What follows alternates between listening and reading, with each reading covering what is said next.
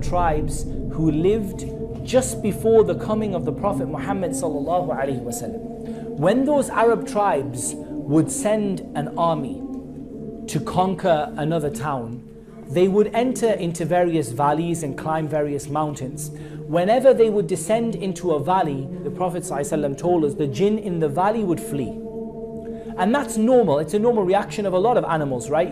Just generally, if you come across a big army, even human beings, you come across, you're sat sort of in your little tent camping somewhere out in the park, and a huge army of people, heavily armed, sort of storming their way towards your tent, you're likely to get up and run. And that is the reaction of the jinn. However, what did these tribes used to do? They would settle themselves and camp in the base of the valley. And then they would raise up their hands and they would start to call and supplicate to the jinn. And this is something that is almost universally accepted in every culture, that there have been people in every culture, in every religion, who have worshipped the spirits, the jinn, the dead, whatever you want to call it. They have worshipped the jinn. So we see that throughout many cultures, and there are as many examples of this in Christianity and Judaism and Hinduism and Buddhism, of people who sought help and sought to call upon the spirits, call upon the jinn. So what used to happen when those jinn who had fled from the oncoming army used to hear the people calling upon them and supplicating to them and asking them for help, then they would realize that these people had a fear of them. And once they sensed that fear in you, they would attack. And what would happen is those people would be increased in their supplication, because they would think, oh, these are really great spirits, powerful beings that can do so much to us. In reality, they were running away, but when they showed a fear of them, they drew them back. And this is a very, very important point.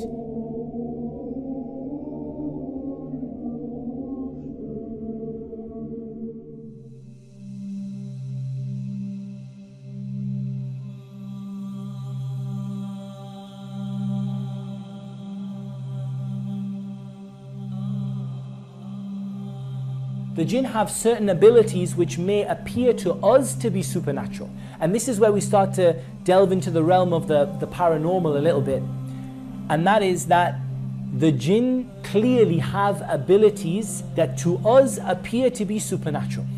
So you shouldn't be surprised that there is a creation from the creation of Allah that is able to do these things. Some of them are able to fly, but the birds can fly, so that's no big deal. Some of them are able to sort of take different forms, and that's something that is, different for us. But again, it's simply what Allah has given them the ability to do. And we see certain animals that are able to change their color, able to change their shape to a certain degree, that are able to camouflage themselves. And again, this is something from the creation of Allah, and it makes us recognize the greatness of God and the creation of God. But it doesn't necessarily terrify us, and it doesn't make us fall into, paranoia and various other things. So we should be very careful with the jinn. That when it comes to the jinn, we recognize they are simply a creation from the creation of Allah. Just like the other creation that Allah has created, they have some things that they can do that we can't do, and there are some things that we can do that they can't do. Understand that the jinn do not deserve to be feared. And as soon as you show them fear, they will take maximum advantage of the fear that you show them.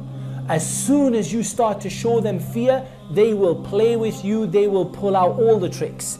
I'm talking about the windows will open, the lights will go on and off, human beings start appearing left, right and center, things start floating, knives start flying, pots and pans start going across the room. This is when you show them fear. When you don't show them fear, when you show them that you understand that they are simply a created being, if they throw a pan across the room, I'd be tempted to pick the pan up and throw it back and say, you can throw the pan, I can throw the pan. As soon as you do this, they will stop messing around, generally, and they will stop causing you, these kind of creepy paranormal type things that happen. Generally, they happen when people give them more respect than they deserve. They are intelligent beings at the end of the day. They have an ability to think.